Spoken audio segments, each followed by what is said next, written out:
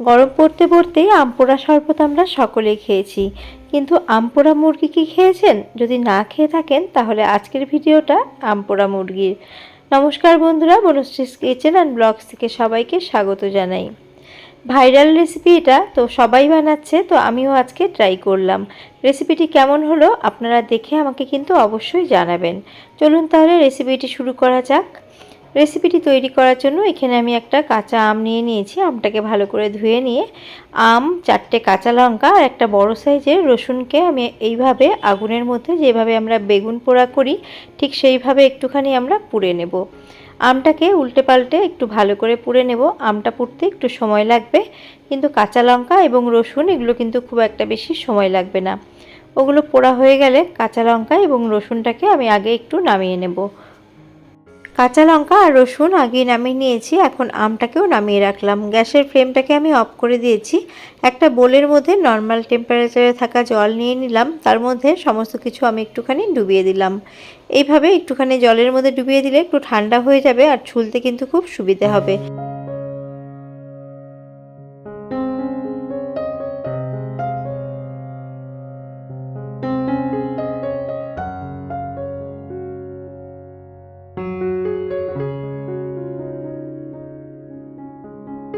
আমের খোলা, রসুনের খোলা আমি অনায়াসেই কিন্তু ছাড়িয়ে নিয়েছি, আর ওই বোলের জলটা ফেলে বোলটাকে আবারও নিয়ে নিয়েছি। এবার একটা চামচের সাহায্যে আমটাকে এইভাবে আমি একটুখানি চেঁচে নিচ্ছি। আমের ভেতরটা বেশ গরম রয়েছে, তার জন্য একটুখানি ঠান্ডা হয়ে গেলেই তারপরে কিন্তু পাল্পটাকে তোমরা বের করে নিও। আমার তাড়াহুড়ো আছে, তার জন্য আমি তাড়াতাড়ি একটু বের করে নিলাম। মিক্সার গ্রাইন্ডারে ছোট জার নিয়ে নিয়েছি, তার মধ্যে রসুন, কাঁচা লঙ্কা আর দিয়ে দিচ্ছি 1 ইঞ্চি আদা। আদাটাকে একটু পাতলা পাতলা স্লাইস করে নিয়েছি। জল ছাড়া এগুলোকে আমি একটুখানি ঘুরিয়ে নিচ্ছি। এইভাবে যদি একটুখানি ঘুরিয়ে নেওয়া যায় তাহলে কিন্তু পেস্টটা খুব ভালো হবে। দেখো একদম ক্রাশ হয়ে গেছে। এবার আমের পাল্পটা দিয়ে দিচ্ছি।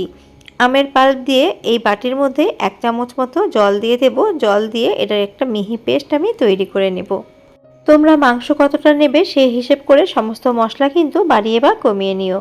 আর এখানে একটা বড় বোলের মধ্যে আমি 500 গ্রাম মাংস নিয়ে নিয়েছি। রেগুলার পিস করা রয়েছে। মাংসগুলোকে ভালো করে ধুয়ে পরিষ্কার করে নিয়েছি। এখনই যে পেস্টটা তৈরি করেছি সেই পেস্টটা 2 টেবিল চামচ আমি দিয়ে দিচ্ছি, আর বাদবাকিটা রেখে দেব, অন্য রান্নায় ব্যবহার করে নেব।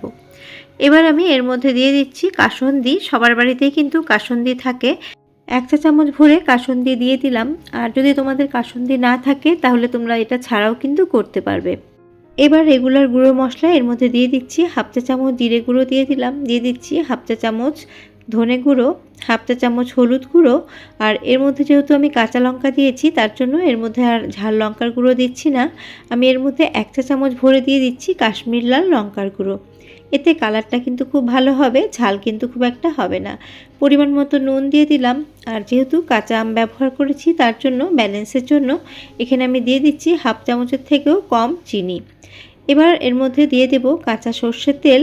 1 থেকে 1.5 টেবিল চামচ মতো এর মধ্যে সর্ষের তেল দিয়ে খুব ভালো করে এটাকে মেখে নেব। মেখে এটাকে রেখে দেব মিনিমাম 1 ঘন্টা। তোমাদের হাতে বেশি সময় থাকলে তোমরা কিন্তু 2 ঘন্টা মতো এটাকে ম্যারিনেট করে তারপরে রান্নাটা করতে পারবে। আর যত বেশি ম্যারিনেট হবে এটা খেতেও কিন্তু ততটাই ভালো হবে। খুব ভালো করে সমস্তটা আমি মেখে নিচ্ছি। মশলার সাথে মাংসটাকে খুব ভালো করে মেখে নিয়েছি। এখন ঢাকা চাপা দিয়ে মিনিমাম আধা ঘন্টা রেখে দেব। হাতে সময় থাকলে তোমরা 1 ঘন্টা রেখে রান্নাটা করবে, তাহলে কিন্তু খুব ভালো হবে। আধা ঘন্টা পর আমি চলে এসেছি। আমি একটা গ্যাসের মধ্যে কড়া বসিয়ে পরিমাণ মতো দিয়ে দিয়েছি সর্ষের তেল। তেল ভালো করে গরম হয়ে গেছে। একটা বড় সাইজের পেঁয়াজকে আমি খুব মিহি করে কুচিয়ে দিয়ে দিলাম। এবার পেঁয়াজটাকে ভালো করে একটুখানি ভেজে নেব। সামান্য একটু নুন দিয়ে পেঁয়াজটাকে ভেজে নেব, তাতে পেঁয়াজটা খুব তাড়াতাড়ি ভাজাও হবে, খুব তাড়াতাড়ি মজে যাবে। পেঁয়াজগুলোকে আমি গ্রেটারের মধ্যে গ্রেট করে নিয়েছিলাম, তার জন্য কিন্তু খুবই মিহি হয়েছে আর খুব তাড়াতাড়ি দেখো ভাজাও হয়ে গেছে। পেঁয়াজ থেকে তেল ছাড়তেও শুরু করেছে। এই পর্যায়ে ম্যারিনেট করে নেওয়া চিকেনগুলো দিয়ে দিচ্ছি।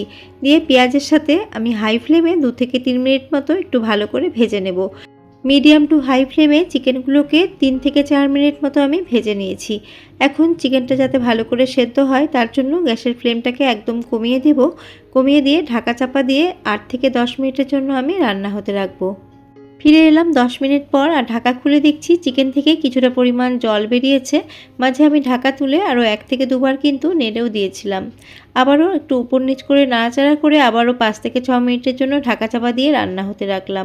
এই পর্যায়ে চিকেন 50% মতো সেদ্ধ হয়েছে। আবারও সেদ্ধ করার জন্য ঢাকা চাপা দিয়ে রান্না হতে রাখলাম আর চলে গেলাম নেক্সট স্টেপে।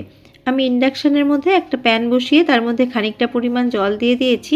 তার মধ্যে দিয়ে দিলাম গোটা গরম মশলা, এর মধ্যে দিয়েছি এলাচ, দারচিনি আর লবঙ্গ। এবার এই জলটাকে 2 থেকে 3 মিনিটের মতো আমি ফুটিয়ে নেব। ফুটিয়ে নিয়ে জলটাকে আমি ছেঁকে ব্যবহার করব। আর অপরদিকে 6 থেকে 7 মিনিট মতো হয়ে গেছে। আর দেখো চিকেন থেকে কিন্তু জল ছাড়তে শুরু করেছে আর চিকেন থেকে তেলও ছাড়তে শুরু করেছে। চিকেনটা কিন্তু ভালো করে কষানোও হয়েছে আর দেখো চিকেনটা অনেকটা মজেও গেছে। আর দেখেই মনে হচ্ছে চিকেনটা কিন্তু অনেকটা সেদ্ধও হয়ে গেছে। আর কালারটা দেখো কত সুন্দর হয়েছে। বন্ধুরা, অনেক রকমভাবে চিকেনই তোমরা বানিয়ে খাও। আমি বলবো একদিন হলেও এইভাবে আমপোড়া মুরগি তোমরা বানিয়ে খেও, খেতে কিন্তু দারুণ হয়েছিল। আর এই যে আমি যে জলটা ফুটিয়েছিলাম সেই জলটা এখন আমি এই ছাঁকনির মধ্যে ছেঁকে দিয়ে দেব। জলের পরিমাণ তোমরা কতটা গ্রেভি রাখবে সেইভাবেই তোমরা দেবে। এই চিকেনটা খুব একটা শুকনো শুকনো ভালো লাগবে না, একটুখানি রসা মতো হলেই কিন্তু ভালো লাগবে। সেই হিসেব করে এখানে আমি জলটা দিয়েছি। গ্যাসের ফ্লেমটাকে হাই করে দিয়েছি। দেখো গ্রেভিটা ফুটতেও শুরু করেছে। আর জলটা কিন্তু তোমরা অবশ্যই করে এইভাবে গরম মশলা দিয়ে ফুটিয়ে তারপরে ছেঁকে দিও। আর দেখো গ্রেভি ফুটতে শুরু করেছে। এখন আবারও আমি ঢাকা চাপা দিয়ে এটাকে রান্না হতে দেব যতক্ষণ না চিকেনটা পুরোপুরি সেদ্ধ হয়ে যায়। চিকেন ম্যারিনেট করার সময় নুন দিয়ে ম্যারিনেট করেছিলাম, এখন অনেকটা পরিমাণ জলের ব্যবহার করেছি। সেই হিসেব করে এখন পরিমাণ মতো আমি নুন দিয়ে দিলাম। দিয়ে গ্যাসের ফ্লেমটাকে একদম লোতে করে 4 থেকে 5 মিনিটের জন্য ঢাকা চাপা দিয়ে রান্না হতে রাখলাম। বন্ধুরা, আমার চ্যানেলে চিকেনের অনেক রেসিপি আছে, তোমরা চাইলে ওগুলো কিন্তু দেখে নিতে পারো। আর কোনো নতুন বন্ধু যদি আজকে ফার্স্ট টাইম আমার চ্যানেলটি ভিজিট করে থাকেন তাহলে আমার চ্যানেলটিকে সাবস্ক্রাইব করার অনুরোধ রইল।